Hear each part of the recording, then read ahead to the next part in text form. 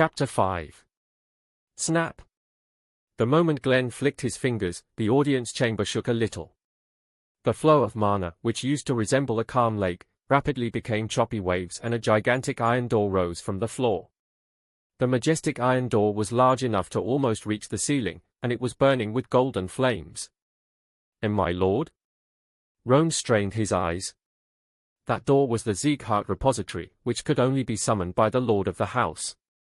It was the first time in 10 years that Glenn had summoned that door. I shall return later.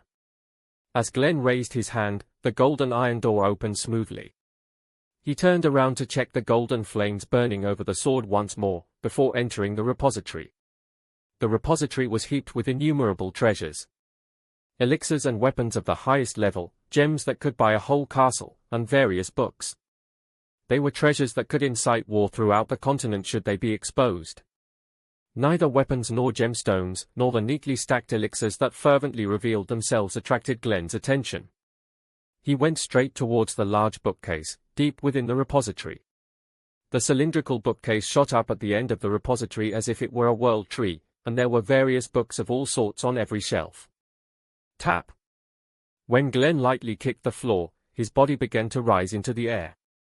He stepped through the air and headed towards the first shelf of the bookcase. The first shelf was unlike the others, and only had 2 books. He tried to grab and take the old and yellow book in front of him. However, the book was unmovable, as if pinned down by a boulder. It doesn't move, as expected. Glenn clicked his tongue and took the red book right next to it. The second book fell out smoothly, unlike the first one, and there was no problem reading it as it was preserved very well. Tap tap. Glenn was flipping through the book when his hand suddenly stopped. He frowned as he read the words on the page. The aura of the first leader of Sieghart had a golden color like the sun, and its tremendous firepower was capable of melting Devildum's flames. Glenn closed his eyes, recalling the golden flame that Rayon summoned. Golden mana, golden flame.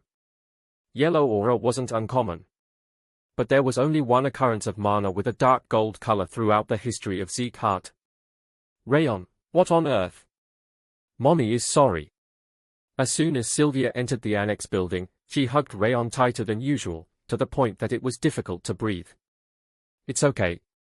Noticing Sylvia's back trembling, Rayon patted her shoulders. I'm not sure yet.